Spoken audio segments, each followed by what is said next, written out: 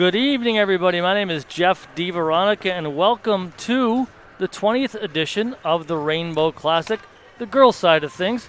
It's Pittsford Mendon against Pittsford Sutherland in what is annually what I think is the best single night of the year in Section 5 basketball. It's so electric in the Palestra. Obviously, we're not in the Palestra because of the COVID-19 pandemic, but we're going to have a great game on. Two great rivals. You never know what can happen. Obviously, we have a favorite tonight, the Pittsford Mendon Vikings against the Sutherland Knights. Joining me also, Joel Belfazer. Joel, welcome to the broadcast. Sir, how are you? Great, Jeff, and thanks for being here and being part of this with us. We've been talking for a while how, from varsity media standpoint, this is one of the most exciting nights of the year. We love being a part of this event for many different reasons, but glad to be here. Well, if you're new to the area, new to this broadcast or the Rainbow Classic, I can tell you that it's usually at the University of Rochester Palestra. Obviously, for COVID-19 reasons, we're not there. We are at Pittsford Sutherland High School, and the host Knights come in at 4-5, coming off a loss in their last game. This is a team that started the season 1-3, got it together with a couple wins, and now they've lost 2 out of 3. And again, these girls know each other. They've grown up together. That's why I say you never know what can happen, because Pittsford's 9-0. Pittsford is a heavy favorite tonight. The Vikings have really elevated their program in the last 5 years to the elite of Section 5. You have to put them right up there with Bishop Kearney and Pittsford Mendon, Joel. And I did some research on Coach Todd Julian's program, and I can tell you I've known both these coaches, Coach Judd and Coach Julian, for a very long time. They're fine men. There's a reason they've been in these jobs for more than 20 years. It's because they run great programs and they have a great impact on young people with each of their programs. But Coach Julian, I remember talking to him, Joel, after 6 championship games where his team lost. And now to see what they've done in the last decade, they've won 7 out of 10. It's pretty remarkable. Just tremendous job and a great example of resilience. Yeah, it's a testament to him and how much work he puts in with his program and the team that buys in. And he's just a lot of fun to talk to. We're going to have a special chance at halftime. We were able to sit down before today's game and have an interview with Coach Julian and Coach Judd, and we're going to play that at halftime. So hopefully everybody sticks around at the halftime break to hear from both coaches tonight about tonight's game and this season. So both men that coached their daughters in the program and then stuck around to keep coaching, which is really cool. Yeah, so, absolutely. For a long time after. So very cool to see that too.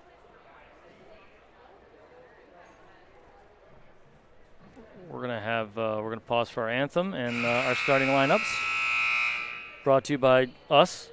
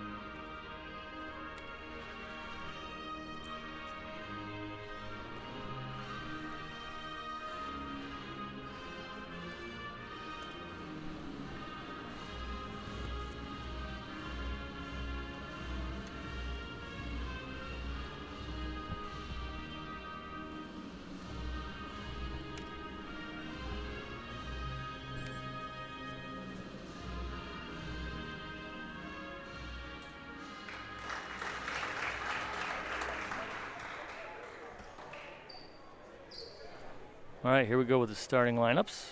The Rainbow Classic. We'll tell you more about what a great cause this supports in just a minute.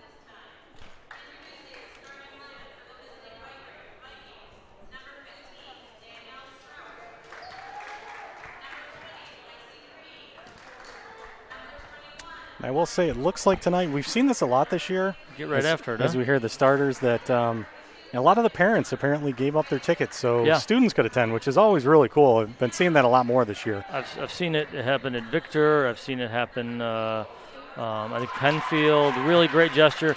Their classmates, their friends are here, and it's really cool Saw that at Irondequoit last night for hockey. There was a whole student section there, so it's a lot of fun. Here are your starters for Pittsford Mendon. The 4 returning starters: Bridget Miller, Anaya Coleman, the junior guard, senior L Greater Rochester pick Lexi Green, headed to Cornell, averaging 19 points a game. Danielle Stroff, another returning starter. She's a junior guard, and rounding out the starting lineup, averaging about 9 points a game, is junior guard Lily Kennedy. That's the starting lineup for the Pittsford Mendon Vikings, coming in at 9-0, coached by Todd Julian, assisted by Matt D'Amico, and Nicole Fersman, a former player. For the Pittsford Sutherland Knights, starters are they're young. They got two seniors on the team. Freshman guard Leora Cook. We've got sophomore guard Ellie Burgeon, the top scorer on the team, 18.1 points per game. Cook comes in at almost 10 points per game.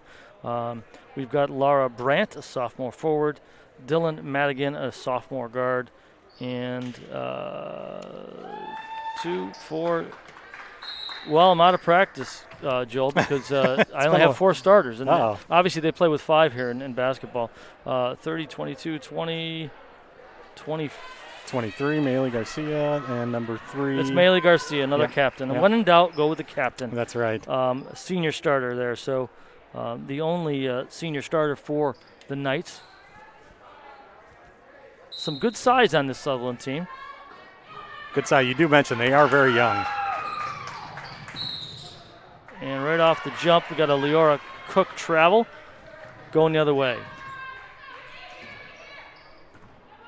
Everybody here obviously socially distanced and masked, and it's great to see that we have high school sports back in Section 5 and throughout the state.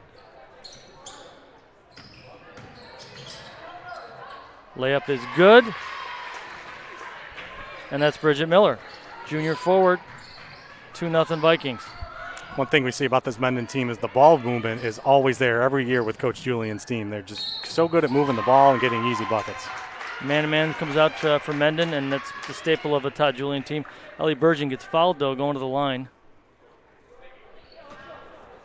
Foul on Lily Kennedy. Burgeon at 18.1 points per game. I'm going to go with Bergen, actually. I'm going to go with Bergen. This is the first. Yeah, I've heard it both ways, yeah. We're going to go with Bergen.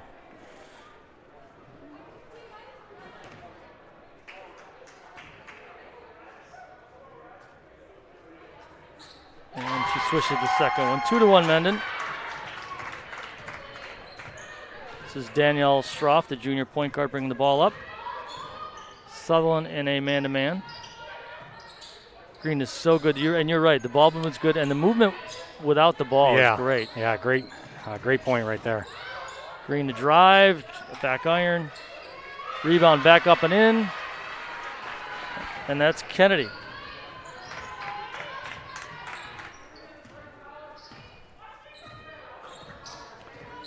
So way back when, some of our older fans here watching broadcast, it's a steal there. Coleman. Leg. Good recovery by the Knights. There it is. There's that ball movement. Out of bounds. We're going to stay here. Pittsford Sutherland. Great ball movement.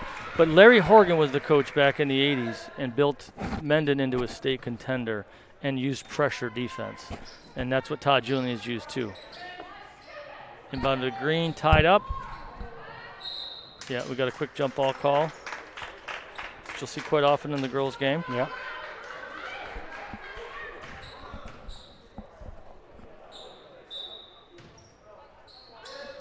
Sutherland looks like they have stayed in the man-to-man. Coleman with the three-point bucket.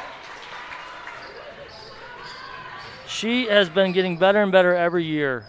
Great example of the program turning out more players year and year.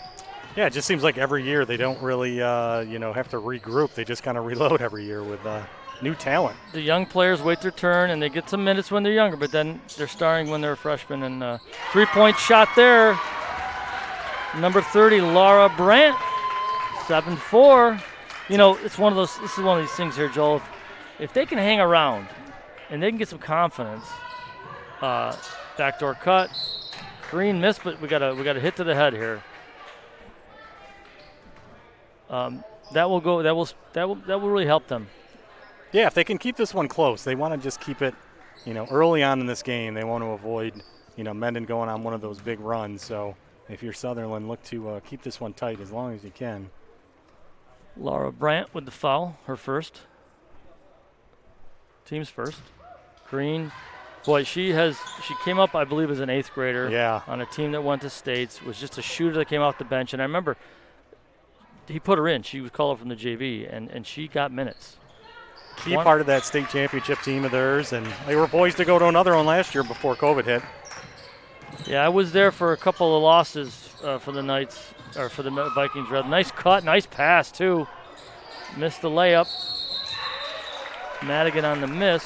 Really good look, though. Yeah, no, it was a great backdoor cut. Missed the layup, but able to stick with that and get the jump ball. Loose ball out of bounds. Allie Burgeon will inbound it. We'll spin move, and we got a body. Little bodier up there. We're going to call it tight here. Foul's going to be charged to Lily Kennedy, whose name we've called quite a bit here in the first couple of minutes. So before I go any further, and I apologize, give to kids.urmc.edu/rainbow. You'll see that on your screen at some point tonight. That's the great cause to give to. Proceeds go to Golisano Children's Hospital. And we got a travel call there for the Vikings, or for the Knights, rather. And this is all because of Caitlin Paisley and Ryan McCluskey, 2 former Pittsford students who passed away. And that's why this great tournament started, and will go on for years and years, decades and decades long after we're gone. Green with the drive, runner around. Another tough roll for Lexi Green to start. Not getting that bounce to begin with. Good board by Madigan. Here comes Ellie. So kick out pass. Good patience here by the Knights. Jump shot up, front rim. And out of bounds. Jumper by Garcia, out of bounds off the Knights. Back to Mendon. Yeah, and you mentioned, what a great cause this is for, and that's why we love being involved in this is, it's a tradition that continues every year, gets better every year, and the amount of support and the amount of money and awareness they've raised is just pretty incredible. And we talk about it a lot. It's not just the team, it's the whole community here in Pittsford. The other Bergen checks in, Caitlin for Sutherland. Lexi Green with a great drive and scoop layup. Great body control, which you see also on the boys' side with her brother, too, for the Mendon boys team. Tremendous job. She's going to Cornell, and she's become so much more than just a shooter, which is what she came up as. Yeah, talented all-around player, just like you mentioned, just like her brother. That's a talented basketball family right there with Jackson Green as well.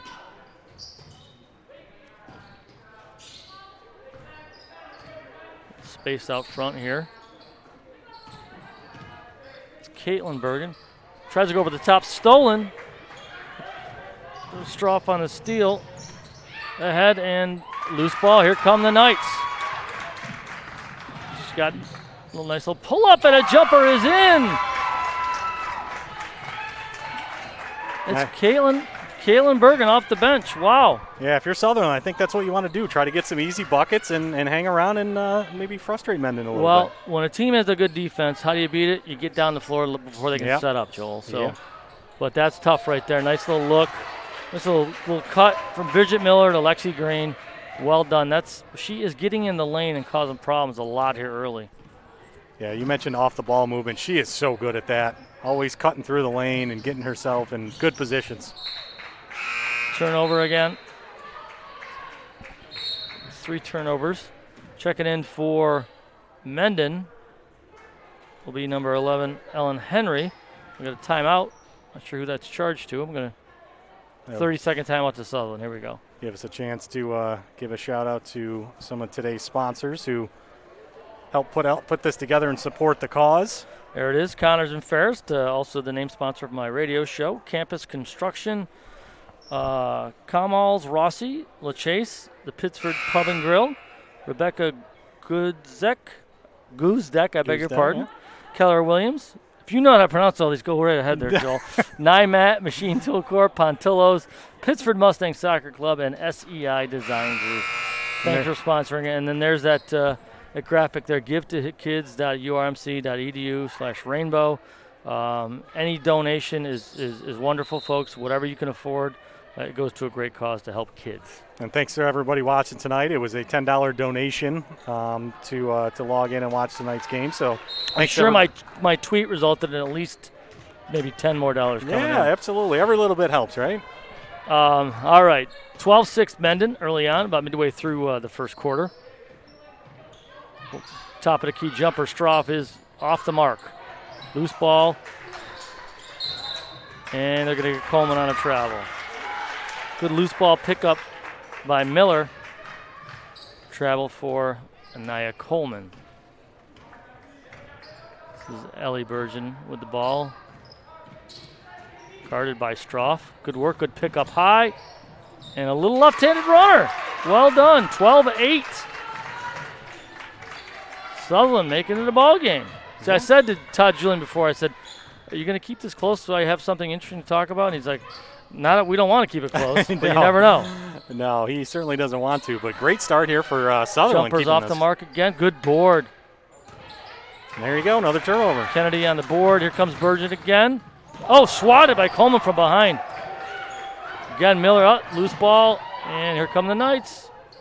No call. Leora Cook on the drive, no call. Yeah, a lot of contact, but whistle silent. I think one of those bailout calls. He probably thought she was maybe a little out of control, and that's why he didn't blow the whistle. Comes Stroff on the drive, almost picked. He got a foul on that. Boy, I don't know. It's Ella Pieri. There's a look at that block again on the other end. Good defense by Mendon. If I can get your monitor fixed, you can see it too. Maylee Kennedy back into the ballgame along with Brooke Pistorius for Sutherland. Inbound to Miller. Loose ball stolen again. Miller gets it right back. Judd wanted a call there. You could see Judd talking to the referee. Good post up. Pass a little long. Nice little tip out by Miller again. And a 3-point basket. That's Danielle Stroff, the captain, averaging about 11 points a game. Boy, they can score quick. Yeah, it doesn't take too long for them to put up 6, 8, 10 points. Pick by Coleman. Coming in for a layup. Just like that. Nice little left-handed layup. Well done. Anaya Coleman, the junior, averages about 14 points a game. Already with a three-pointer in this ball game, the only one of the ball game. Extended the defense out. A little trapping here action by the Vikings. There comes a steal. And here comes Stroff. She's got a trailer. She's going to take a little Euro step. Almost an and one. Nice little move by Danielle Stroff. Well done. Last defensive play, the steal and the easy layup. Stroff with another turnover on the other end to head back to the line for Mendon. Kieran Niemi into the ballgame for the first time for Mendon. Out goes Kennedy. He's also giving Bridget Miller a little rest. Stroff a little long on the first one. So the regular season is obviously coming to a close this weekend. After tonight, Sutherland will play HFL, which is a league champ in its division, and Greece Olympia. And Mendon's going to finish off. Well, that's the wrong one. Okay, Mendon's going to finish off with Brighton and Webster Thomas. So trying to chase that undefeated regular season, and sectionals will start next week. Vikings in a good spot to be the top seed, obviously. Yeah, Mendon coming off that big second win of the year over Penfield last night for the season sweep. Yeah, these back-to-back games, right? Yeah. And that's obviously – I love the fact that they challenge each other. We got a foul here or a tie-up? I think we got a tie-up. Looked like a jump ball, yeah. Yeah, tie-up. Possession arrow goes back to Mendon. Vikings with a 9-point lead here, 1:11 left in 1:08 left, beg your pardon, in the first half.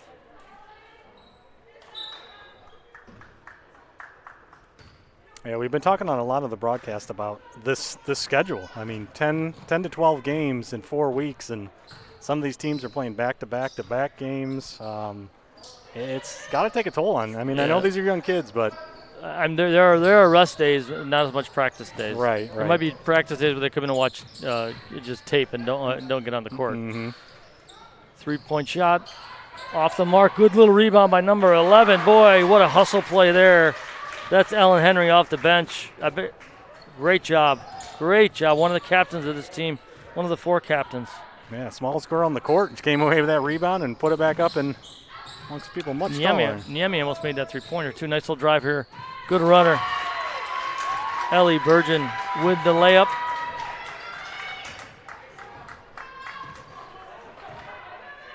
They can hang under 10, they're okay. But that danger zone, because a little Mendon run, and this thing can get out of control. See if they can hold Mendon on this final possession. Coleman, good little stop, good little hesitation, almost got the three-point play. She's got a nice little hesitation. Yeah, very quick with the ball. Seen her get around her defenders into the lane quite a bit already in this first quarter. Reminds me a little bit of a point guard the last couple of years who was an AGR pick for Irondequoit.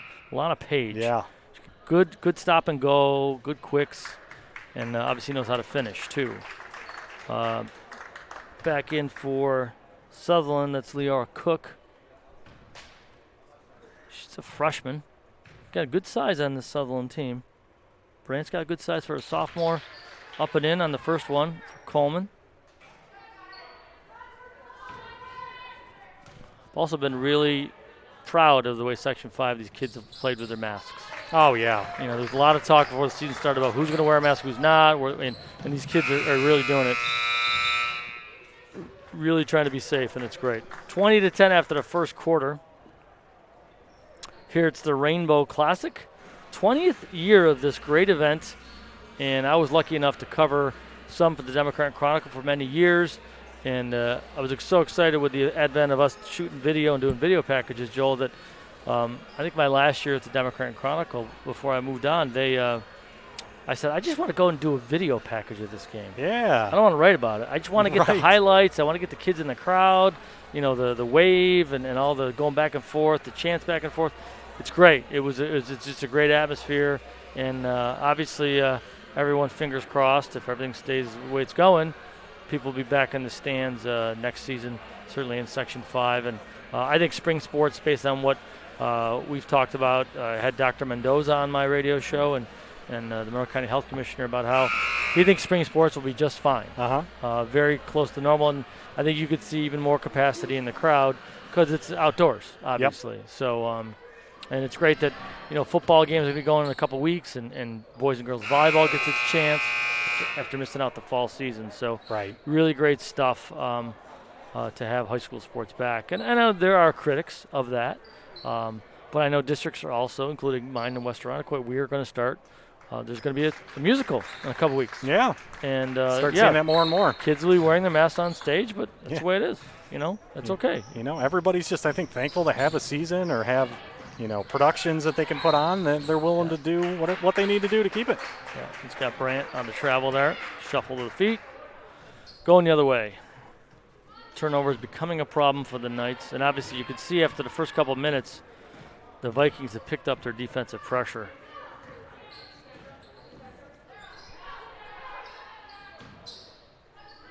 Niemi again. She's close on the first one. She makes that one. She almost drilled that three-pointer, and that one was true. Love the fact that she comes right in. No hesitation. Kira Niemi, a senior forward. So great to be able to bring experience off the bench like that. Yeah. Good little post up, and we got a foul on Green there. I didn't think it was a foul. He called the action. Really, maybe not so much the play. But Ellie Virgin will go to the line for 2 shots. First foul on Lexi Green.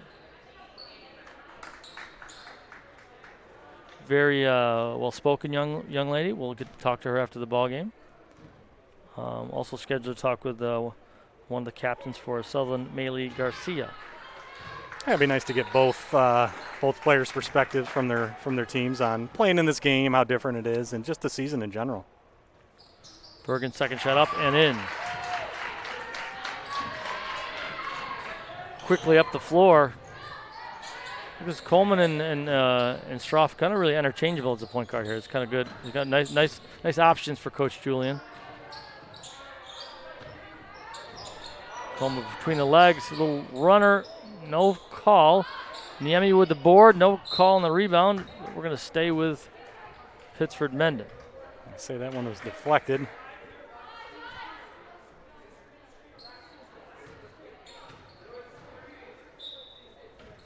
Stroff's going to trigger it in. Looks for Green, stolen. Bergen with the steal. Keep saying Bergen, but it's probably Bergen. I'm just going to call her Ellie. Good defense by Stroff. Here she picks it up, and there's a trap. Trap by Ellen Henry. Shot up, and just missed it. But there's a foul. Back to the line. Yeah, Clearly, it seems like the goal here for Sutherland is to get the ball in the paint and get to and they're not going to settle for outside shots. Yeah, I haven't seen a lot of threes, a lot of outside shots. I think you're right. They're trying to get to the paint, try to maybe draw some fouls, get to the line, get some easy layups, and you're seeing the intensity for Mendon pick up here in the last minute or so. Dylan Madigan checks back in for Sutherland.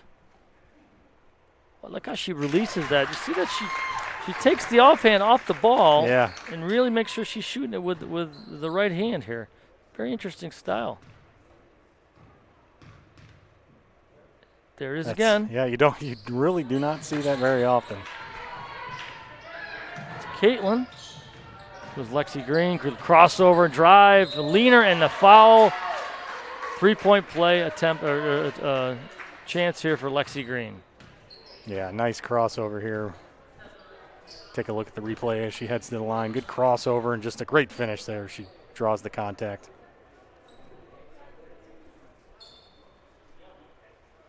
So efficient in her movement and the finish.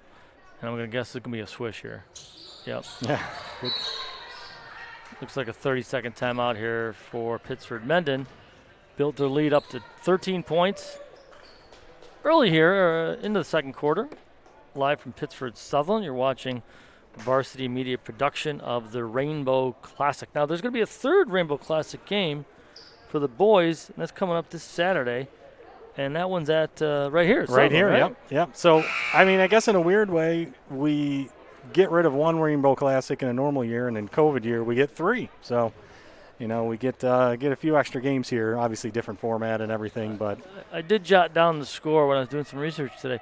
Mendon, the boys, handed it to its rival 74-40. Yep. The brothers Nally, Coach Bob Nally's Vikings. The rivalry now has really shifted over to the Mendon side. Yep. And then John Nally, his older brother, coaches the Sutherland team. So anybody from Pittsford knows who I'm talking about. Yeah. See that extended defense now in a trap here by the Vikings. Green steps up, and he's got a foul on that, and all the hands are raised on the Mendon bench, and I'd have to agree with that. That was a great little step around. It's going to be a second foul on Lexi Green. But, boy, they really hatched that, kept the trap hidden nicely, and Green with a great step in front to get that steal, get her hand on the ball, and they called the foul there. So a little decision time for Coach Julian. You got your star player, your top scorer with 2 fouls, up by 13. You probably could get her out of here for a couple minutes. To the corner. Oh, she used the one hand on the jumper, too.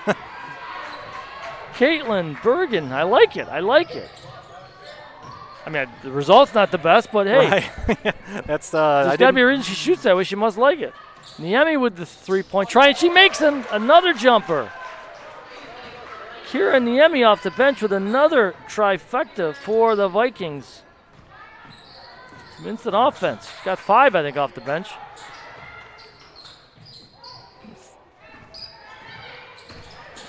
Here come the Vikings again. It's Laura Brandt with the missile. Pull up for Green. Off the glass. Her head is turned. She did not call that one, folks. I was going to say, did she call it? She did not call that one, folks. 30-12. Obviously, the Vikings stretching the lead here. A little timeout. And it looks like Julian's going to stick with Lexi Green. Probably just reminding her to be smart about it and see maybe towards the end of the half if he tries to sneak a few minutes off for her. So here's my Todd Julian story. Okay. I'm in Las Vegas with a couple of my friends. One of my best friends lives out there. He's taken me to the airport. We're at a stoplight somewhere on the strip. And I'm just sitting there thinking, oh, my gosh, I'm leaving Las Vegas. I look over on a corner, and there's Todd Julian, his wife, and 2 or 3 of his daughters on the corner. I turn to my buddies. I go, I know that guy. They're like, no, you don't. I go, watch this. I open the window. I lean out. I go, hey, Todd. He's like, Jeff? The smallest of worlds. Unbelievable. Wow. So that's my random Todd Julian story for the night. But yeah, very weird. That was when his daughter his oldest daughter, Ashley Julian, had lived in Las Vegas. Wow. So, hopefully, I wonder if she's in our our viewing audience right now. Yeah, hopefully a lot of people are out there watching tonight's game, supporting a good cause. I mean, I think that's the big thing. GiveToKids.urmc.edu/rainbow. 20th year. Here we go. 30-12, Mendon with the lead. Good look. That was well done. Leora Cook, I beg your pardon. That's Brooke Pistorius off the bench. Bet you she's the sister of Ellie Pistorius.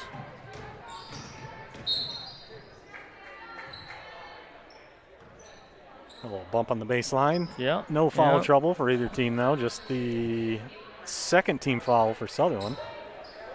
3 on the other side for Mendon. 4 of the 5 starters in for the Knights. Miller still on the bench, the big girl. Stroff, good look down low, layup, and in. Wow, you didn't use the glass there. Lexi Green, nice touch.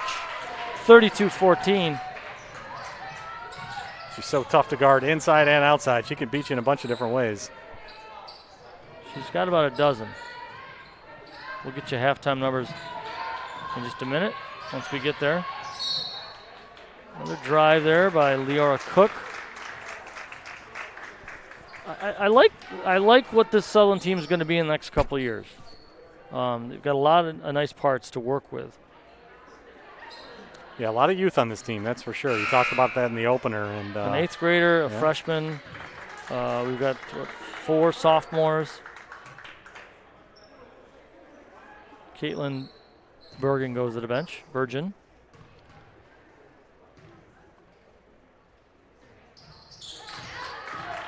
Up and in by Cook, 32-17. Mom and Dad Berger right now are just want to rip this. If they're watching, they're going to just. If I could give you my number, you could text me it phonetically. No, I'll find out at halftime for sure. That's what happens when you look at the roster before the start, and I look at Joel and I go, I got all these names are easy to pronounce. I know, you jinxed yourself there. Yeah, good spell of minutes here for her. Stroff running the show up front. Little handoff for Lexi Green, the crossover. Again, and look at all the movement. Look at all the movement. Coleman can't get it off. Too much movement. She swished it, but after the shot clock, too much movement. But yeah, no, this is such an unselfish team. It's not just one player they focus on. Anybody can score. They move the ball around a lot. Very, very unselfish. Kennedy back in, and to the bench goes Daniel Stroff, having a word with her coach, Todd Julian, explaining something. Little high post screen there. Pick and roll. A little hard off the board for Pistorius. Good hustle there. Cook with the long rebound. And Pistorius with the 3, back iron, rebound Green. Here come the Vikings. Mendon with a 15-point bulge here. The left-handed layup, but she's fouled. This little move there. It's number 30, Carolyn Miller, into the game. Yeah, she had good position down low and a great feed inside from Lexi Green to find her down there in good position. Another senior off the bench. Now Bridget Miller comes back in. And Niemi checks out with 5 points off the bench for Pittsford Mendon. Yeah, good minutes for Niemi. Little front iron for Carolyn Miller.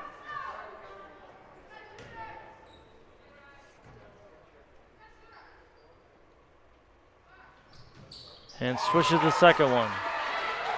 16-point advantage now for the visiting Pittsford Mendon Vikings. Ellie Bergen brings it up. Guarded, and good hands there. Good steal. Good tie up by Lily Kennedy. Possession arrow again goes back to Mendon. Stroff coming right back in, and he's going to give Lexi Green a little rest with those 2 fouls and a 16-point cushion. Why not? Again, it's funny to talk about load management in the NBA. You've got to be thinking for your coaches, hey, we got a big leader. I'm going to get my kids some rest. Got a big weekend ahead. Next week's be huge. Yeah, big week ahead, and they just, like we mentioned, they just played last night. So See, that's a tie-up. I don't know if I would have called it a tie-up, but it's a tie-up. And again, we go back to Sutherland.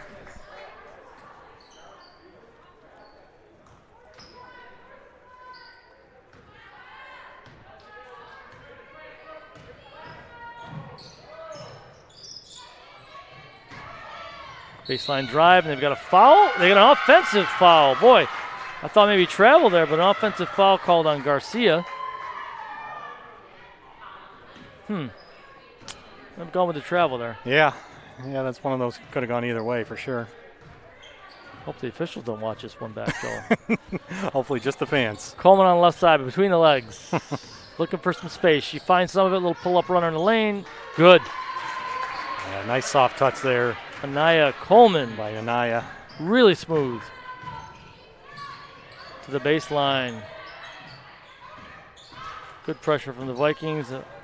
Looking out to the wing, and pass from Pistorius is going to go out of bounds. Another turnover for Pittsford Sutherland. And Coach Dan Judd wants to talk it over.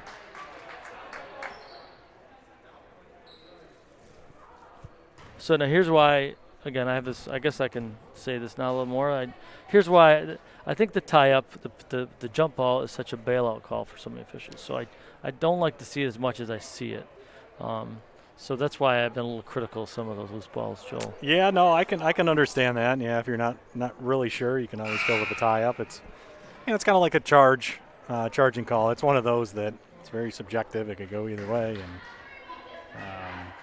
not that necessarily that's a bailout call, but it's one of those bang ones that. So I gotta do some reporting here. Also, at Irondequoit boys basketball star Keenan Robertson in the crowd here tonight. Oh, really? I'm not sure why that is, but I saw him walk in before the game. So we'll find that out. It's interesting. Other side of town. Big night here at Sutherland. Maybe he's off checking out the wrestling match that's going on right now as well. Who knows? There you go. Coleman, little step back. Up for three. Long. Good board. Lily Kennedy with the board. And we got a little foul on a pass out there. Caitlin Bergen with a foul. Virgin. Yes. All right, Virgin. We both got it. Okay, so just like the town west of Rochester. Virgin. Back in for Sutherland's Laura Brandt. And also coming back in is Leora Cook. The line. First one up and good by Lily Kennedy. Averages almost 10 points a game. Both up and in by Lily Kennedy. Stretched it to a 20-point lead with 2.5 to go here in the first half of the Rainbow Classic to benefit Golisano Children's Hospital. Little high post screen and then the roll. Nothing doing there. Good patience here by Virgin. And then the drive up. That's Leora Cook, missed a close one. Good cross-court pass. Coleman. And we've got an over-the-back call, looks like. Yeah, it might be Coleman there. Just she was very aggressive trying to get that offensive rebound. Might have just got a little bit too much. Looks like we're in the bonus. Gonna have some free throws here for Sutherland. Yeah, both teams at the bonus at this point.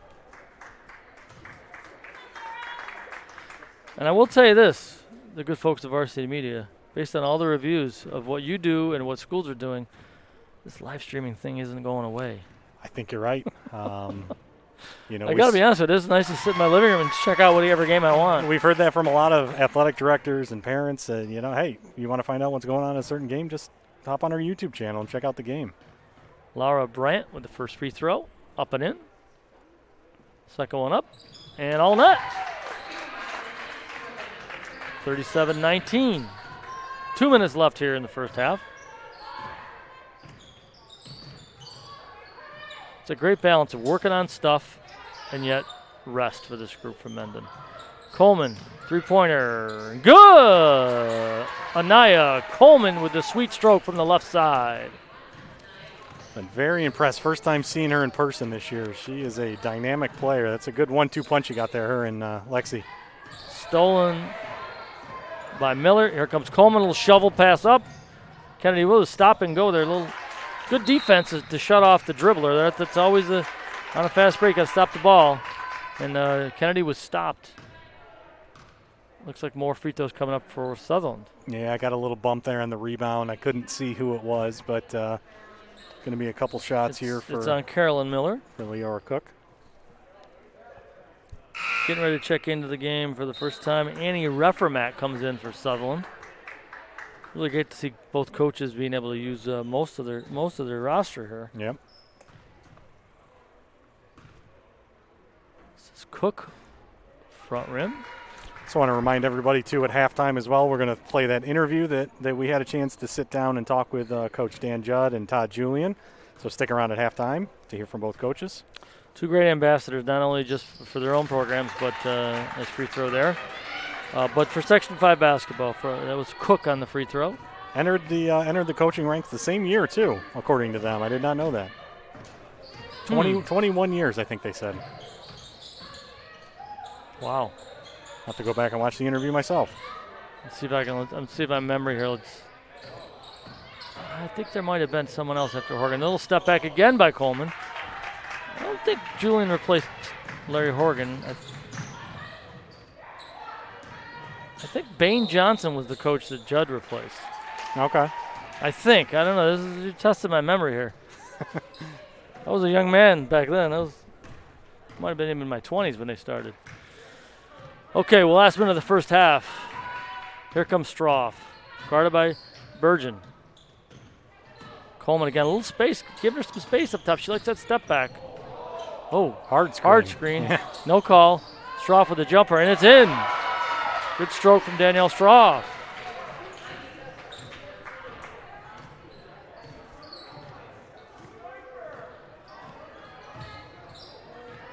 Coleman on Burgeon. Cook kicks it out. Brandt back over to Cook. Down low, and it's blocked. Good block by Miller on Ellie Burgeon. Yeah, it's great ball movement there by the Knights. Just a better defensive play. Can't teach height. Nope. Now Burgeon back to, nice little dump pass. And it's up and in right off the bench, and some points for Annie Reffermat. Good look from Ellie Burgeon. Well done there. Nice little bounce pass. Yeah, more good passing there by Sutherland. 6 seconds, 5 seconds. Here we go. Stroff trying to do something down the right-hand side. Up and in. Oh, wow. And a foul. Boy, nice move by Danielle Stroff. Good poise. 1.2 seconds left. Here we go on the replay, and they got Reffermat on the bump. A little ticky-tack, but the Mendon Vikings will take it. 44-22, and we're going to go into half. 45-22, unless some real magic happens here. And look at that hustle by Stroff, just to make sure Burgeon couldn't even turn and shoot the ball from three-quarters court. Wow. They don't want to give up any more points than they have to. It's a laser focus from this Mendon group. So at halftime, it's 45-22. Mendon in control as expected. And I'll go down and get some scores, and we're going to hear from our coaches. Right, Joel? Yeah, let's enjoy this interview with Coach Todd Julian and Coach Dan Judd. We'll see you for the second half.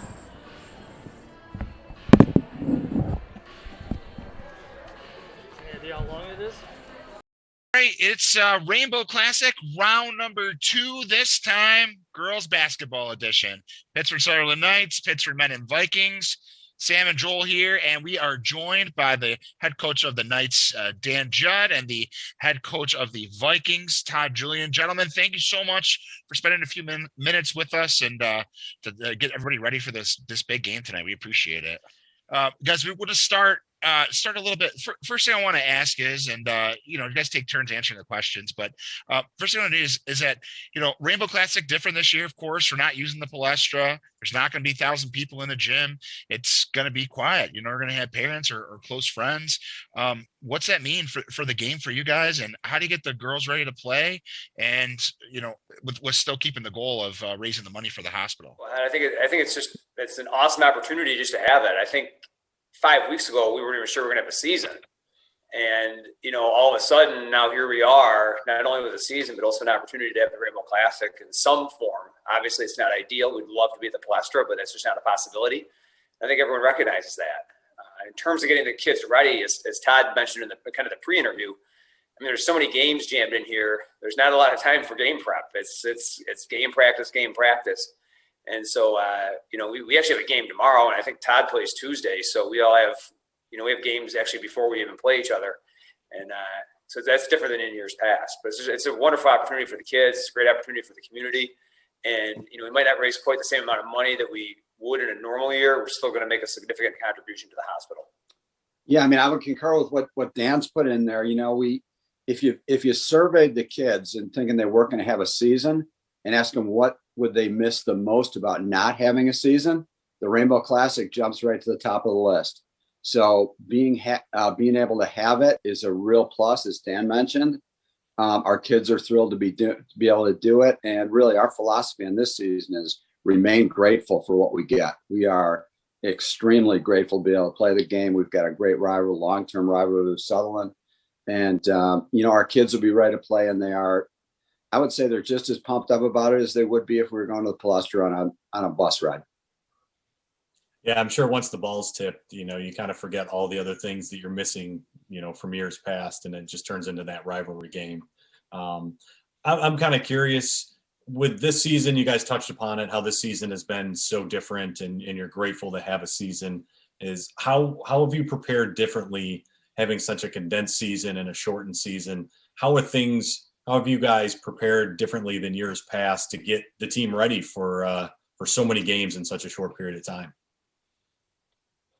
Yeah, I think we were fortunate that we did have a few weeks of open gyms, so that we were able to, and kids weren't playing other sports at that time. So in a traditional year, we'd be getting kids off of soccer, volleyball, fall lacrosse, and we'd have that challenge. This year we did have the open gyms, and Todd and I both had really good attendance at our open gyms. So that helped a little bit. So we had a little bit of conditioning and a little bit of basketball sense. But then we really leaped in it with just 6 practices and into your first game. Certainly a challenge, but I think the kids' excitement really is what carried the day, and everyone was so pumped to be involved, and being 100% into it, really helped. Yeah, and I would say, guys, that the kids our kids are really loyal to the program, and they've been doing a lot of out of school basketball individual work and conditioning and that kind of thing. I would say the biggest challenge is to get them playing with contact again.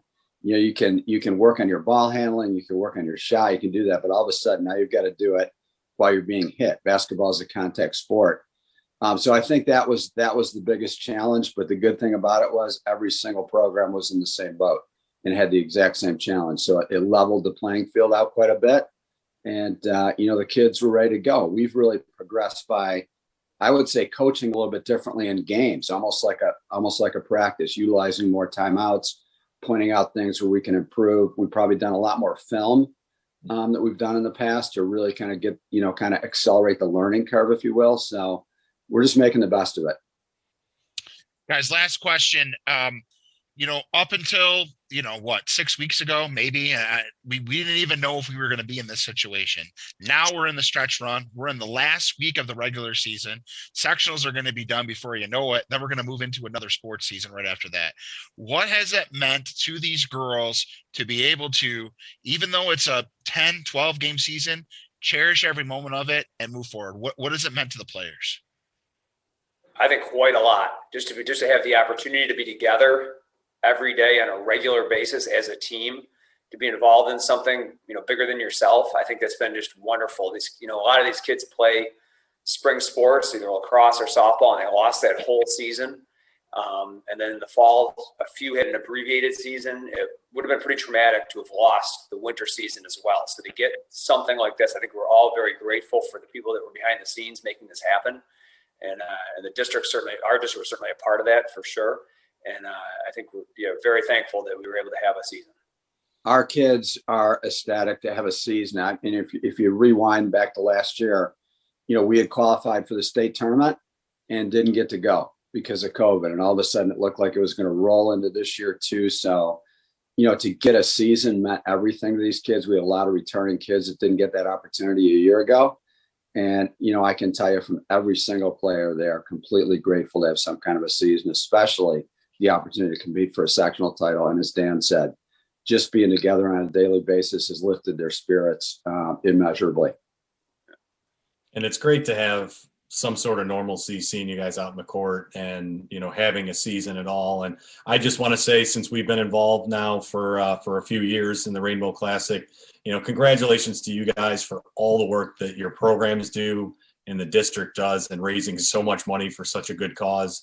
It's really, for people that haven't seen the game or been a part of this event, it's pretty incredible how much the entire Pittsford community buys in and how much good you guys do. So, just wanted to commend you guys on all the work that you do on top of being coaches and getting ready for the game. So, thank you for all that as well. Well, thanks. It's been, Dan and I came in the same year. We've been doing this. Dan, what is this, our 20th? I think 21st. Wow. And, again, grateful is the word that comes to me. I'm grateful to have been a part in a small way of every single one of these 21, especially this year. Welcome back to Pittsford Sutherland High School. I'm Jeff DeVeronica along with Joel Belfazer. Yep, got it again. Here for the Rainbow Classic. You see the score there on your screen. Convincing first half by the Pittsford Mendon Vikings. Looking to go to 10-0 on the season. I want to run down some of the top scorers in the first half for both teams. Lexi Green, the senior guard, headed to Cornell, one of the captains for Pittsford Mendon, with 12 points. Anaya Coleman, the junior guard, with 11 points. 8 for Danielle Stroff, including that 3-point play to end the half. 5 for Kiera Niemi off the bench. Lily Kennedy with 4. 1 point for Carolyn Miller, a couple points for Bridget Miller, and 2 for Ellen Henry. The Miller girls are not sisters, I found out. Oh, okay. Second half underway. We'll get to those Sutherland scores in just a second. This is Stroff on the drive. Little runner again. Oh, almost started the second half the way she opened the first. A kick out there. Lexi Green cashes from 3. Really balanced scoring. Ellie Burgeon with 6 points for Sutherland, 4 for Leora Cook, 5 for Laura Brandt, and then 2-point piece for Brooke Pistorius and Annie Reformat, and 3 from Caitlin Burgeon. And that's Ellie Burgeon going back to the line. Did find out that Mr. Robertson has some special company on one of the rosters, so that's why he's here tonight. Oh, okay. From Irondequoit. That makes sense. Okay. Yes, and we got our pronunciations down. We're all set. Second is up and good by Ellie Burgeon. Burgeon, yeah. 7 points tonight. All right, see if any changes here. Still man-to-man here for the Knights. Miller has a little high post curl. Coleman. And a little step back 3. Lexi Green front rim. Good board there. Laura Brandt. Here comes Ellie Burgeon. Stroff giving her some room. High post screen by Brandt. Will pick and pop. Didn't get it to her. Brandt wanted to shoot a 3, looked like. Burgeon doubled up there, trapped, and we got a travel call. Dragged that pivot foot, according to the man in stripes. Yeah, good defense there by Mendon, not even allowing Sutherland to get up a shot, caused the turnover. Very quick on the help defense and to double when they need to. Yep. That's a sign of a veteran, well-coached team. Stroff looking for room. Will stop and go. A little pass to Miller. Layup. Oh, in and out. Good board. Kick out Lexi Green with a 3. Credit part of that whole play to Lily Kennedy. Junior guard with a big board and a kick out to her best shooter on the team, Lexi Green. Lexi quickly with 18 points, just like that. She's finding that spot, and she hasn't missed yet here in this half from that spot. Nothing but net. Hasn't even hit the rim yet. Also hasn't picked up a foul either since that second foul. Right. So, impressive performance here in the Rainbow Classic. As expected, there's you see our sponsors. Please support them, folks, because they're supporting this great event. And without them, you wouldn't be watching this thing on Varsity Media tonight. So you see them. You have their choices. I always say this on my radio show. You have your choices as spectators, whether it's something to eat, a lawyer, a realtor, where you're going to put your kid in soccer. you know. Construction company. Construction Yeah, company. you got a whole array there. And in this world we live in now, please, we got to take care of ourselves here in Rochester and the region and the area. So please support local, and obviously support our kids. And you see the URL at the bottom of the screen. Give to kids.urmc.edu/rainbow. Anything you can get, anything you can afford, please do so. It all goes to the kids and to the Golisano Children's Hospital. Thank you to them for being such great partners in the Rainbow Classic with Pittsford Schools. And obviously thank you to Varsity Media for being able to provide this great coverage here at Pittsford Sutherland tonight.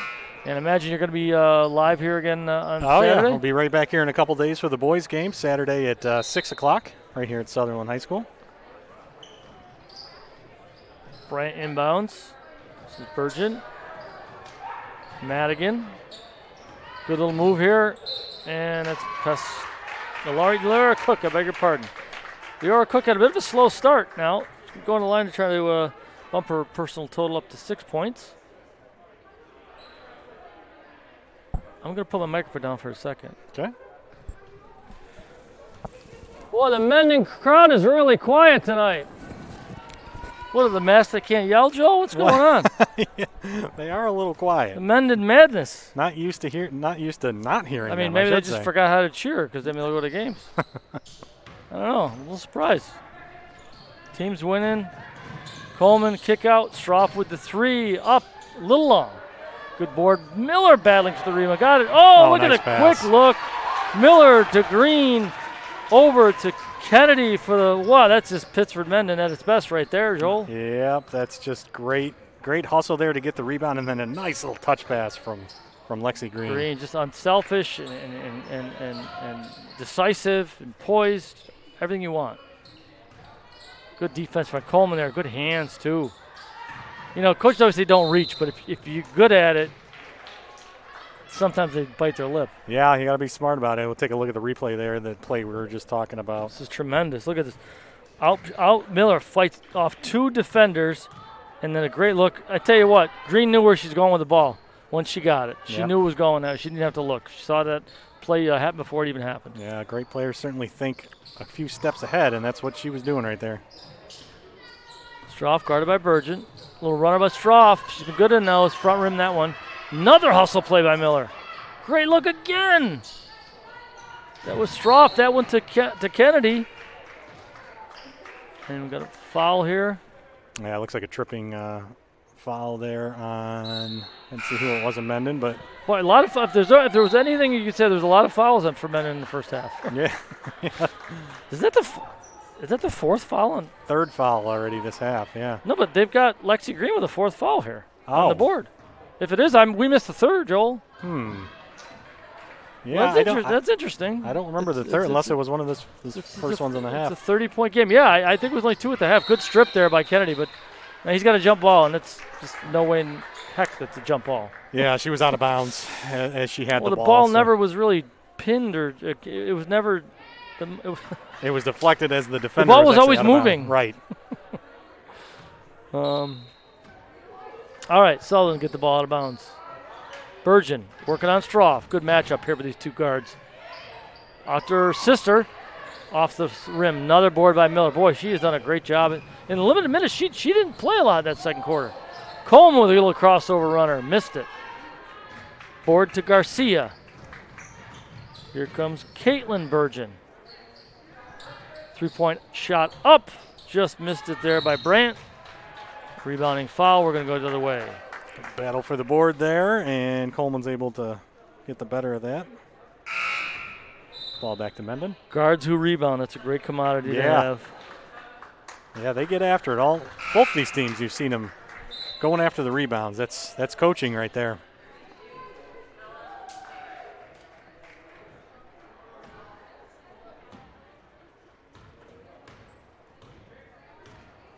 Come the Vikes.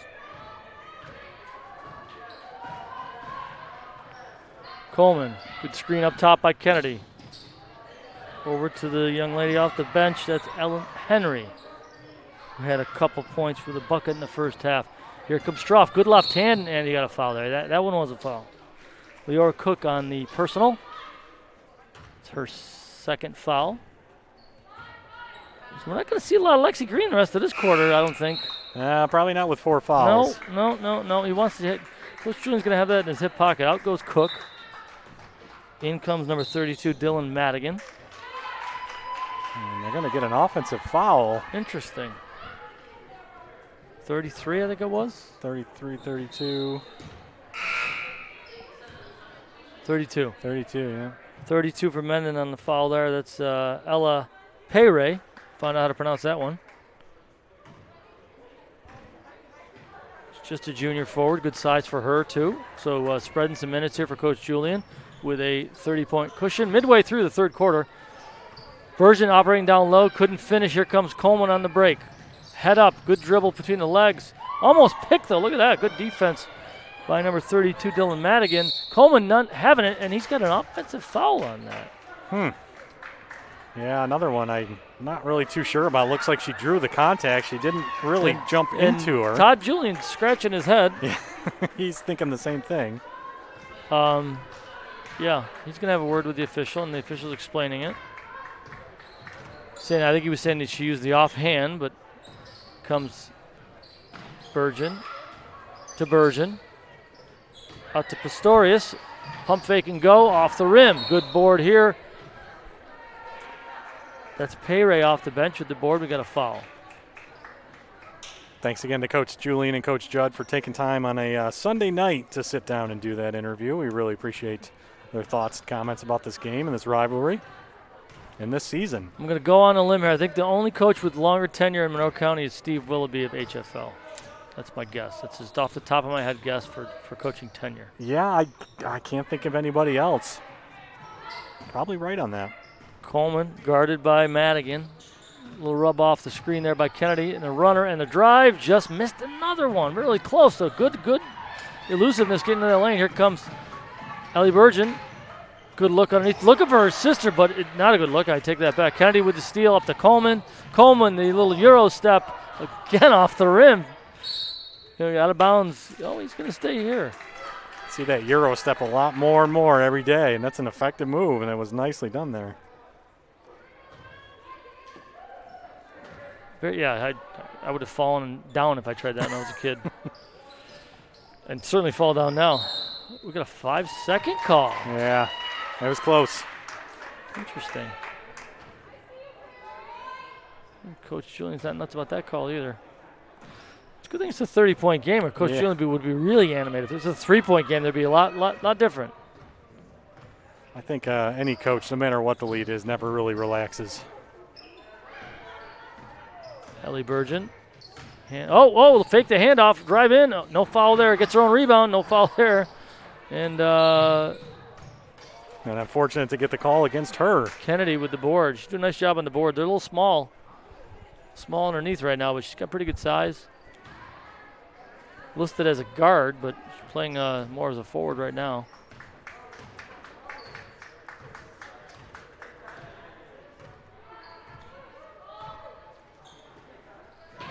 Kennedy with a shot. Good looking shot, and it's in. Swish from the junior Lily Kennedy.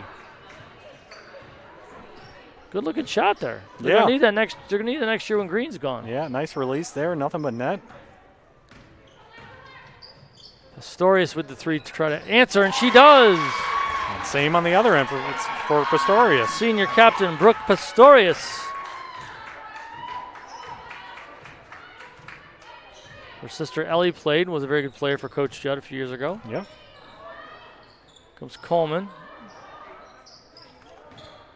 Guarded by Madigan. Bergen on Stroff. Good look out. Here comes Coleman again. She's looking for that little step back. There it is. Looks good, and it's true. Wow. Anaya Coleman with another great-looking jump shot. 59-26. Largest lead of the game for the Vikes. Steal by Coleman. She's off to the races. Gonna have to take it herself. The left-handed side, you got the contact, and another tough roll for her. Goodness. Making things happen. There's a look at that step back three. That's a tough shot right there. You get your defender going forward, you step back, and had no problems on that shot. Ashley Trout checking into the game for the first time for Pittsford Mendon, senior guard. And I was just about to say, you with a 33-point lead here, got 9 minutes left to go in this game. Coleman up and in. You got to wonder how much the Mendon starters will play in the fourth quarter. Yeah, with 2 more games to go the rest of the week, I'd be surprised if we see a whole lot of the starters here in the fourth. 1 out of 2 at the line for Anaya Coleman. Pistorius. There's Burgeon, and no. Okay, we do get a foul there. About the question again, Joel. Yeah, that one was that was a lot of contact. I was going to be a little concerned if there wasn't anything called there. And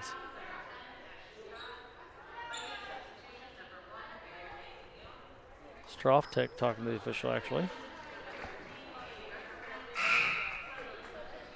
So we've got Ellie Burgeon, top scorer in the game and on the season here for Sutherland, going to the line.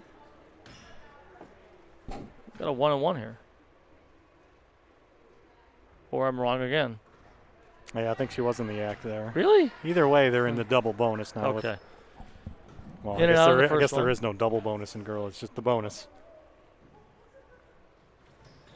Makes the second one.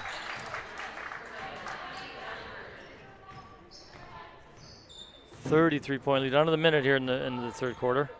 Schroff looking for a call from the sideline. Mary Kate Leone is checked in, junior guard for Mendon for the first time.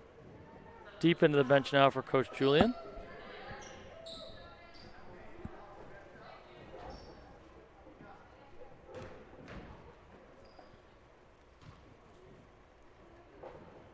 Schroff up.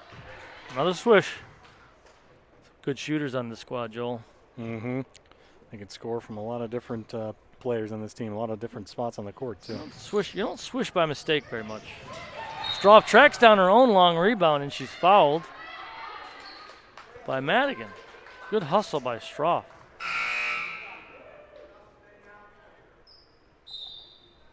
Back into the ball game for the Knights. Got 23 checking in. That's Garcia.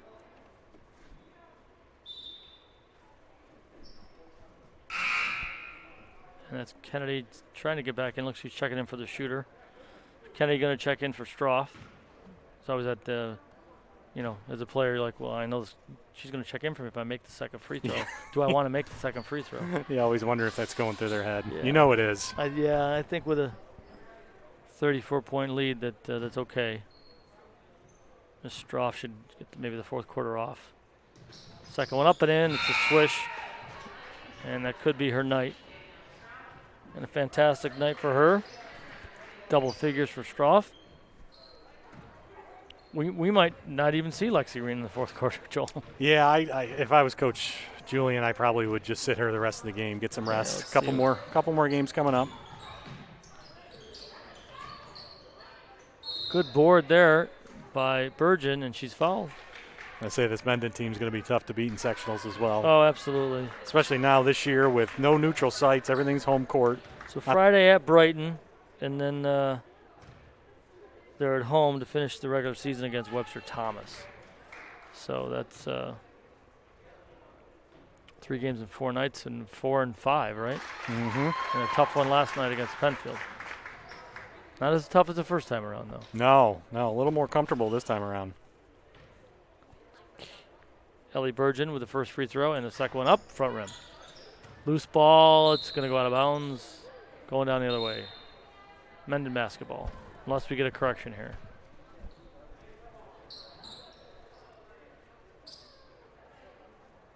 They're just going to chit-chat maybe. And we got a corrected call. All right, break for the Knights. 35 seconds left here in the third quarter, I beg your pardon.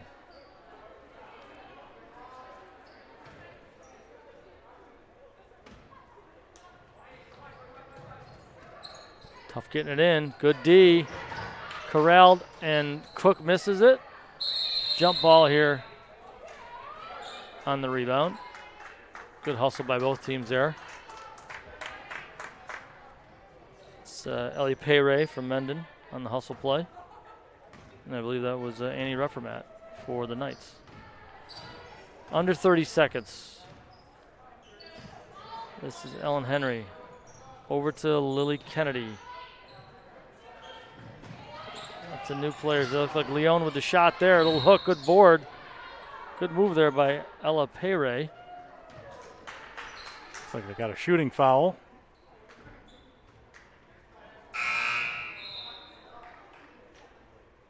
Yeah, Payray's going to go to the line. Try to get on the scoreboard tonight.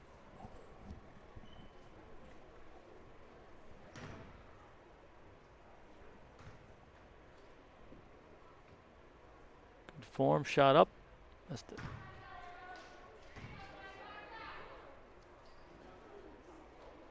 The Rainbow Classic, folks. We appreciate you coming into the audience today and donating that $10 to the Golisano Children's Hospital. Second shot up and in by Payray. 63-28, Mendon.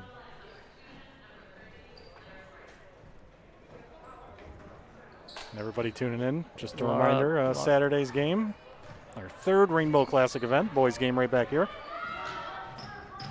Virgin with the drive, turn and shoots. Good board, up and oh, what an effort by Cook. And that's the way it's going to end here in the third quarter. We've got 63-28, Mendon over Sutherland through 3 quarters of the Rainbow Classic.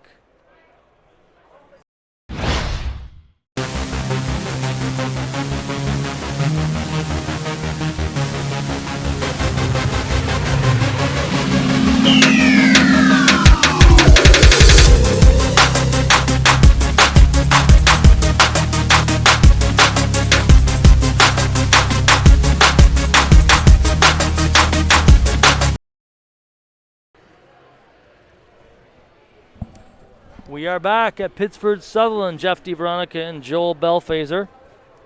The Rainbow Classic, Pittsford Mendon, the team that we thought would be dominant here tonight, has done just that. 8 minutes away from going 10-0 on the season. Sutherland will likely fall to 4-6. See our sponsors here for this great event. 20th year of the Rainbow Classic. Please support them, and please consider giving more than your donation from tonight's fee to watch the game. givetokids.urmc.edu/rainbow. Thank you all for joining us tonight and for your donations. We appreciate it, and so do the kids. Okay, so it looks like all the starters for Mendon are on the bench, and Virgin with a runner and in and out for the Knights. Good hustle there. Carolyn Miller, number 30. Here comes, that's Leon. Have to get adjusted here. Mary Kate Leon. Steal. Here comes Virgin. And she will keep it. Missed the layup. This ball goes out of bounds. We're going to stay here with Sutherland. I think if you're Sutherland, you just want to kind of build on this. Put yourself together a good fourth quarter. Try get to ready win, for the next couple. Try to win the quarter. Yep.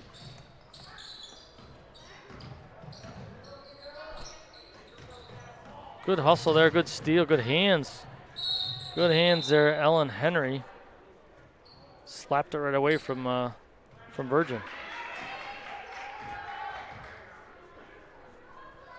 We will have, make sure you stay tuned for at the end of the broadcast, we will have a couple players from each team. Lexi Green will come up and talk to us, and as will one of the captains for Sutherland, Maylee Green, or Garcia, I beg your pardon. Virgin posting up. Good little move. Nice move. Up and in. Count it. And the foul. Very nice move. Good Hey, position. Virgin, guards a post up like that. Well done. Here's a little replay for you. Nice entry feed. Very good Garcia entry feed. too. Yeah, very good. The up and under. It was her sister actually that gave her that. That was Virgin to Virgin. Probably practiced that in the backyard or in the driveway. Driveway could be in the backyard, actually. Could be. Allie Virgin at the free throw line. And this one is true. A lot of iron, but it went in. Doesn't matter. Here comes Mary Kate Leon. This Niemi, who had those 5 points in the first half, takes it right to the goal, and she is fouled. Very aggressive player off the bench, senior forward Kira Niemi for Mendon.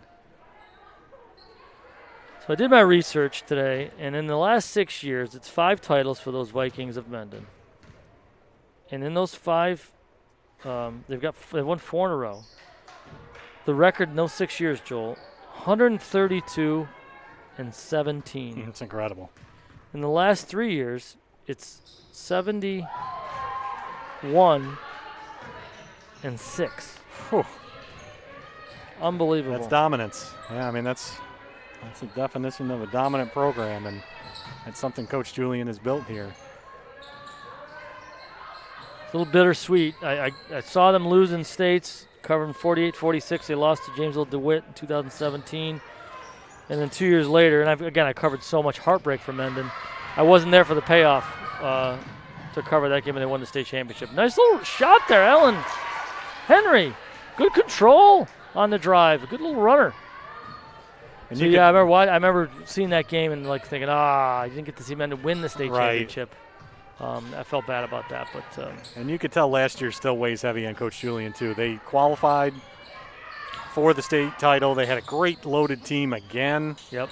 And then we all know the rest. Yep. Pandemic hit, and they got the news at a practice, and yep. That was it. No season. So they ended on a win, which is great, but not where they wanted to go, which is back to states. Another Rochester team too, East High, was also in the same boat. Was about to play in the semifinal game for the states that weekend.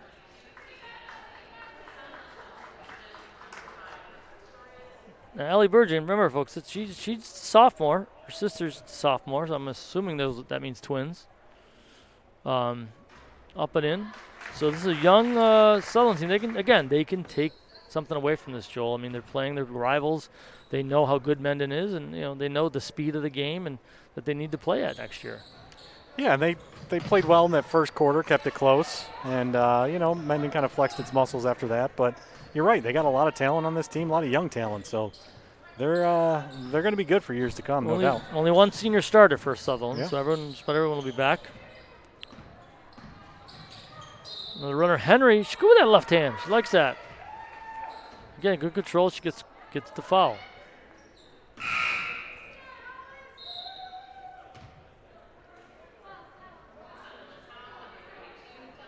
Caitlin checks back in.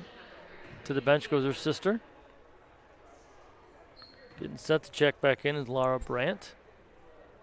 And Ellen Henry at the line for Mendon. Up and in. She's a senior. She's a captain.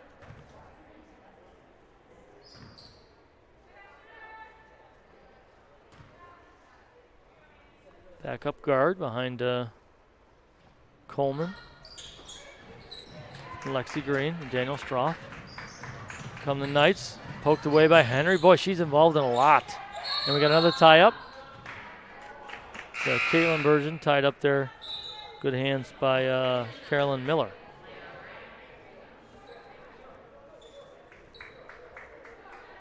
I think that's got Madigan coming back in and Cook going out. Madigan just a sophomore also.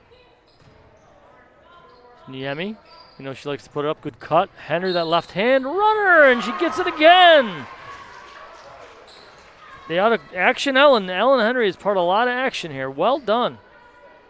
That was a nice cut there. Very good cut. Very good look. There's the See feed here, inside. Niemi, really tough pass, That's a tough play right there, yeah. Tough pass, tough finish. Going away from the basket like that. Well done.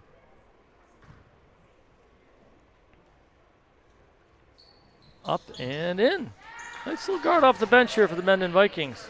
Ellen Henry.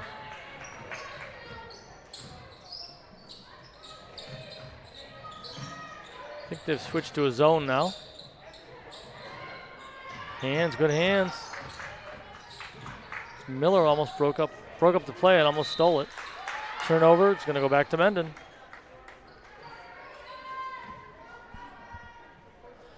Man, I hope if you kids are watching the replay, for another team watching it, boy, you are so lucky to have your games on video streams. I'm not even talking about live. I'm talking about just to have them for posterity.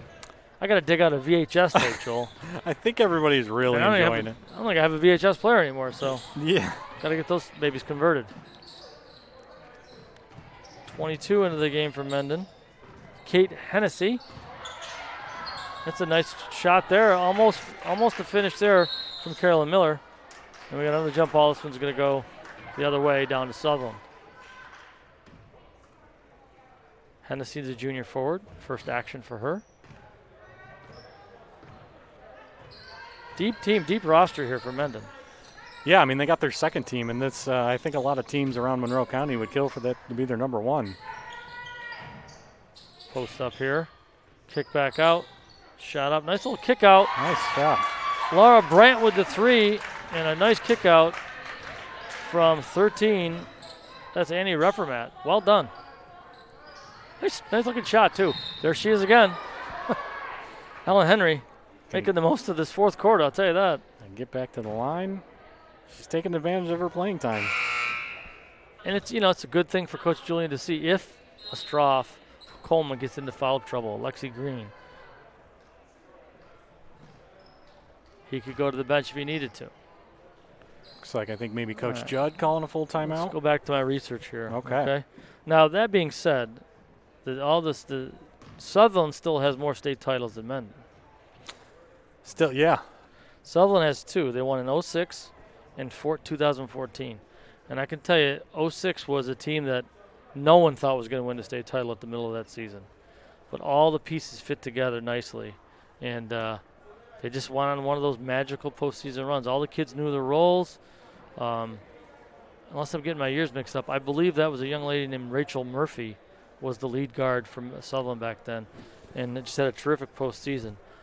She was on one of those state title teams. So, but I think Mendon, based on their recent success, they now have more Section 5 titles than any other girls program in Section 5 basketball. So I think they have 16. Wow. So I know in 2015 they were tied with Bloomfield for the most with 12. And they've added to that total, and I'm not sure Bloomfield has. I certainly know they haven't added to it. They haven't done what Mendon has done. So 7 out of 10 years. Prior to this run, they lost 6 times in the finals. And I believe they were consecutive years too, Joel. Yeah. The Newarks and the HFLs used to get the best of Mendon. Not anymore. Yeah, no, definitely not now. Tide has turned a little bit. Henry with the free throw.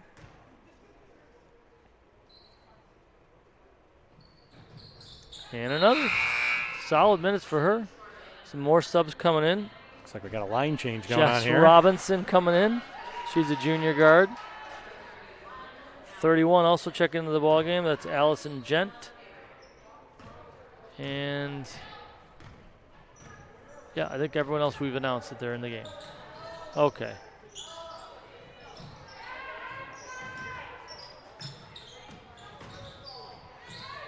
That's Cook. Blocked there. Good rebound, good hustle. Oh, and the putback. Leora Cook with the putback. After some great hustle keeping the ball alive by Annie Reffermat.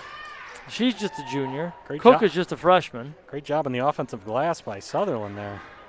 Again, this is all going to benefit them down the road. So you see why Coach Judd wants them out there playing with everything they got. And Cook makes the free throw to complete a nice three-point play. Just past the halfway mark here in the fourth quarter.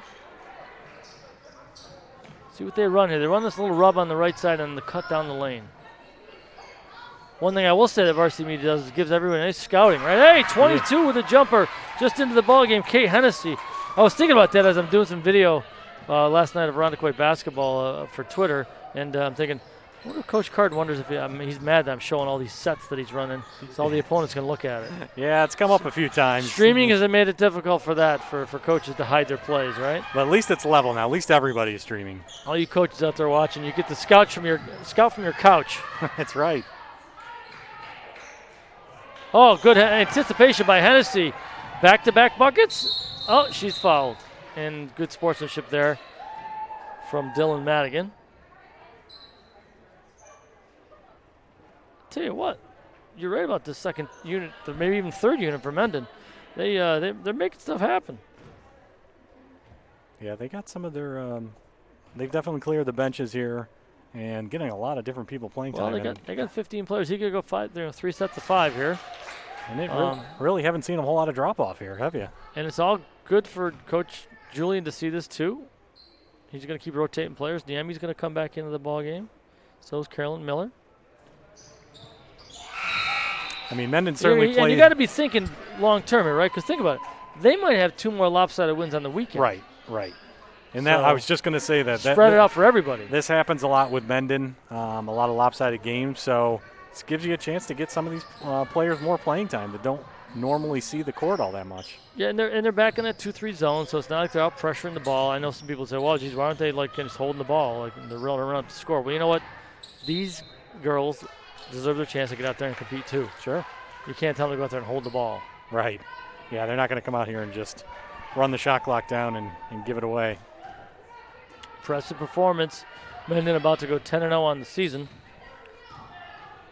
And I didn't add in the 10 wins from this year, Joel, so that'd be like 86 bigger, yeah. Pretty incredible run. 81 wins here in the last 4 years. Oh, great touch and a great left hand right there. Carolyn Miller. Boy, all you Winona County coaches, not going to be much of it. I know they're losing Lexi Green. It's a big piece to it all. And Danielle Stroff is just a junior. She'll be back. You know, some of the players off the bench for the Vikings are going to be graduating, but some underclassmen or some juniors and underclassmen are showing their stuff here. They got a lot of firepower coming back, don't they? Actually, no sophomores, all upperclassmen, juniors and seniors on the team for Mendon. Madigan, good entry pass there. Lost ball there. Brandt down to Cook. Again, Brandt with the 3. That one missed. And we got a foul there. Referee did not mean to knock down Miller. I think it's Miller. Lost her balance a little bit. And, yeah. And get some free throws at the other end there.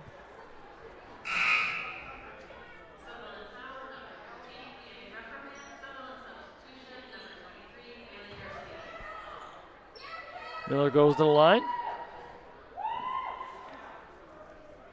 There's some noise from the Mendon fans. It's been a little quiet. I'm going to guess the parents are probably at home going, "What? We gave all these tickets I and know. the kids are sitting on their hands." Just kidding. Maybe they think it's sportsmanship because the game's a lot out of yeah, out that's of true. hand. That's true. We talked about it before, though. And it's a classy move by the parents letting the kids come. They haven't been able to attend too many sporting events this year, so I'm sure they're enjoying it. And we've all seen the Palestra. It rocks for the Rainbow Classic. Yes, it does. Fingers crossed back there next year. There's Jacob Shatters over here from the boys team. Yeah. What a backcourt they have there with Shatters and Green on the boys team. Tremendous, yeah. What a floor general he is, Shatters. And Green's just a sophomore. Yeah, Shatters recently committing to Charleston Southern. Yes, So good get there. They're getting a good one. That's the old sports writer not remembering that because I don't cover it every day now. So Right. I was like, I know he just committed to D1. Yeah. Where was it? Who Yeah. is it? Yeah. So in case people don't know, if you do remember my name from the DNC, I don't work there anymore. I work with West Irondequoit School District in public relations and communications, and happy to start a new career. I have a daughter, and it's good that I'm not doing this 5 nights a week anymore. Right. So that was one reason for my change among many, but happy to still have my hand in it thanks to Varsity Media and thanks to, I got to do it one time, Ben, the Connors and Ferris High School Sports Show brought to you by Salvatore's Pizza. Sure. Every Saturday, 9 a.m., Fox Sports 1280. Well, if you're not tuning in, you're missing. You're missing a good show. Yeah, we brought in my old sports editor with the DNC, Steve Bradley, my co-host this year, and we've had some really, I thought, in-depth interviews. We've kind of gone more to that format. And I think in a podcast world, that's why we did that. Yeah, you guys do a great job just involving so many different programs and different schools in Section 5. Shot up off the rim, another fight for the rebound. Reformat's getting her hands on a lot of rebounds here too. Cook, good pass over. Garcia Pistorius, almost a steal there by 31, Allison Gent. But we got a foul call. It's going to send Sutherland to line for a pair. It's Leora Cook, one of the starters for the Knights, just a sophomore. Beg your pardon, freshman. Only freshman in the game.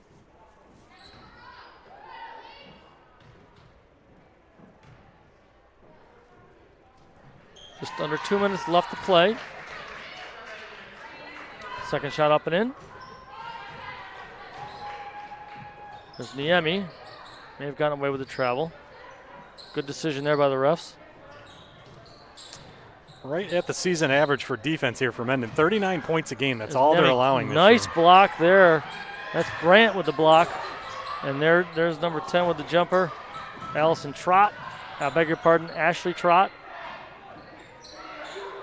Good look there. Niemi through the lane, up and off the rim. Great hustle to keep it alive, and she does.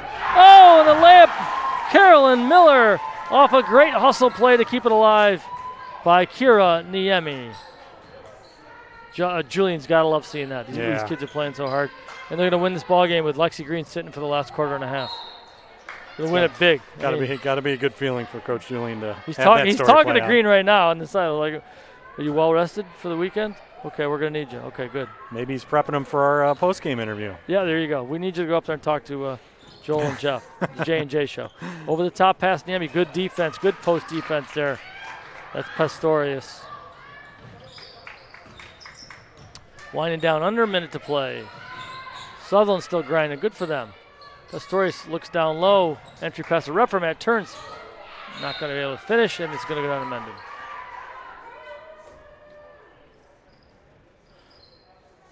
Once again, we will have post-game interviews coming up with Lexi Green and Maylee Garcia, two captains on each team from Mendon and Sutherland, respectively. Down to our last 30 seconds. Number 5 with the drive up, and we got a foul. That's Jess Robinson, a junior guard.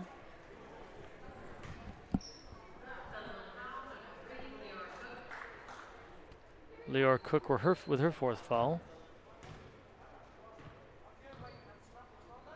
81-39, and this is gets the roll. She gets the roll. Nice. That home roll.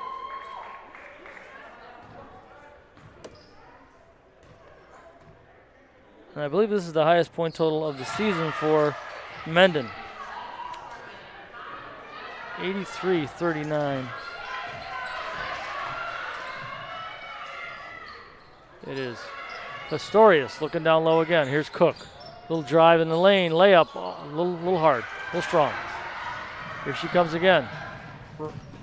Good pass. Good left hand. Miller from Robinson. Well done. Pistorius can't get the shot off. And there's your final. 85-39, the Mendon Vikings double digits in win. 10-0 on the season. Sutherland falls 2-4-6. Top scorer in the ball game, 18 points. Lexi Green, those 2 3-pointers in the second half after posting a dozen in the first half. Good to see. Here come the Mendon Vikings. Come over to talk to some of their classmates in the stands. Everybody, of course, masked, which is okay. See Mr. Barker down there. He's coordinating the bringing the players up for post-game. Well, obviously, again, thank you all of you for joining us. We're going to have a post-game interview, so stick around if you want to hear from Lexi Green and Maylee Garcia. And give a shout-out to our sponsors maybe one more time. Absolutely. They are campus construction. Connors and Ferris, Greg Connors and Tom Ferris, all they do for local high school sports and other causes. Cam Holes and Rossi, PLLC, personal injury lawyers, with Chase Construction, Pittsford Pub and Grill, a longtime sponsor of my program, and also great to see him here. All those restaurants that are still open and reopened since the pandemic. Rebecca Guzdick from Keller Williams Realty. NY Matt, Machine Tool Corp, Pontillo's Pizzeria, Pittsford Mustang Soccer Club, and SEI Design Group. Engage, Imagine, and one other word I didn't see in time. GiveToKids.urmc.edu /rainbow. That's a way to give a donation, whatever you can afford, whatever your family can afford. It's going to go to the Golisano Children's Hospital, just like the money you spent to watch our broadcast tonight. So thank you for that. We certainly do appreciate it.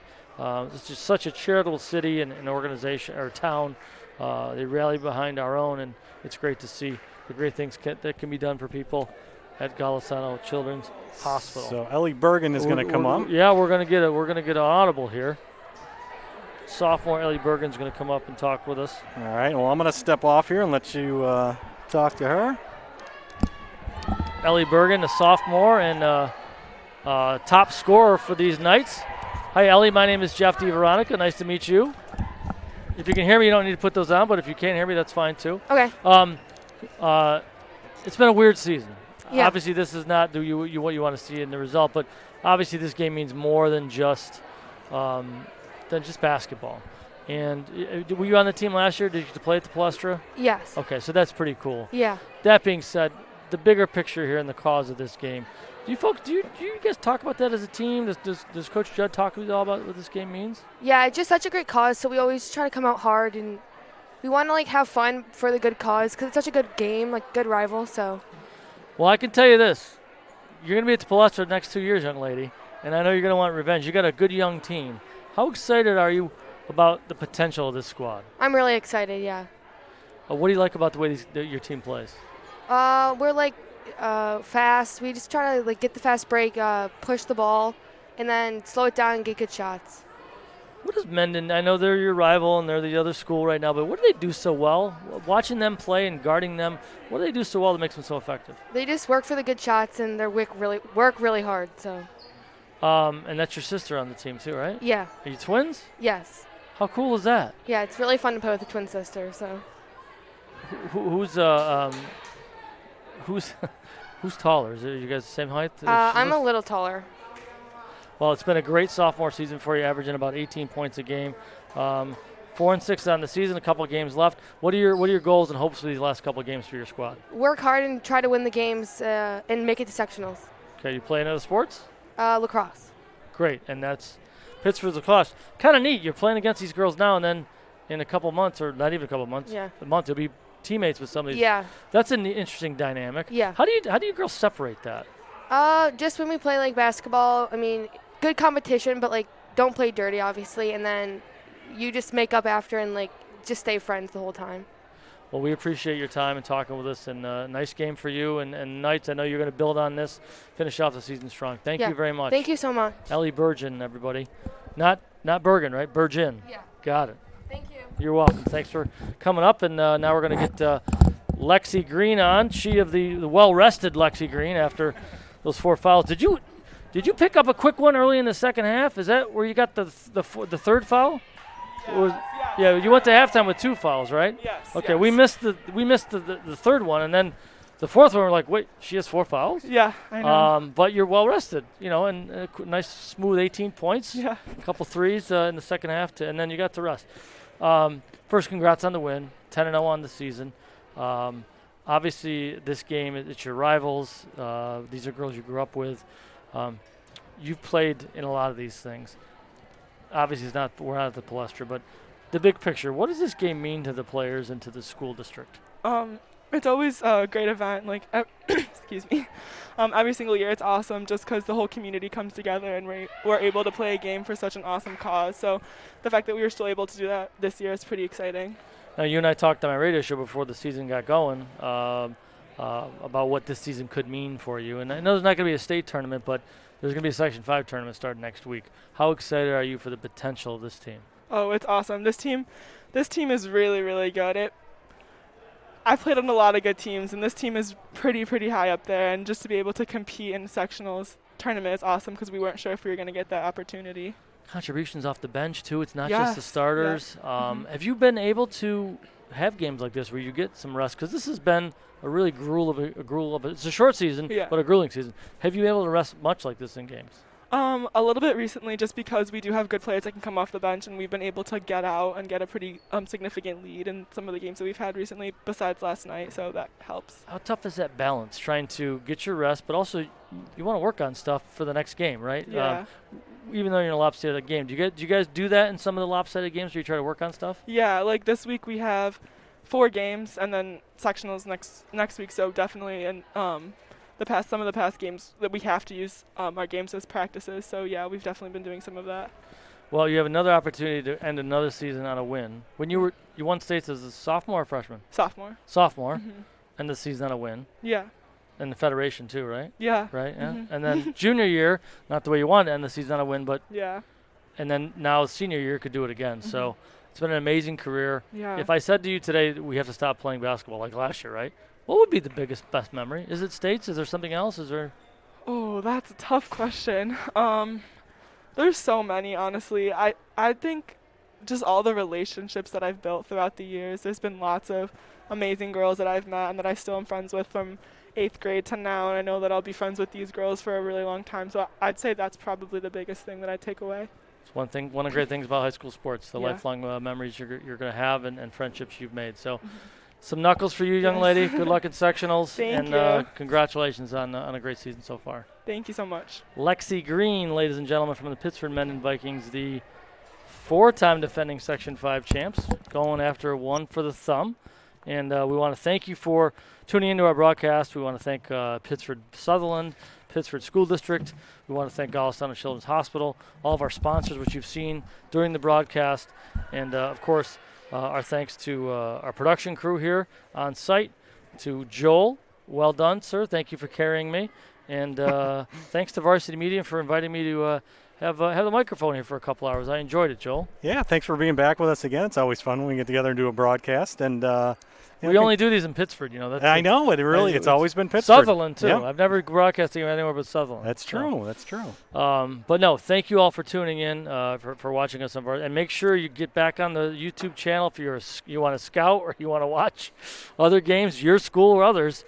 Varsity Media has it all. So without any other further ado, should I sign off, Joel? Sure. We will sign off again. You see the link right there. Donate, help a great cause. Thank you, folks, for tuning in to Varsity Media production of the Rainbow Classic.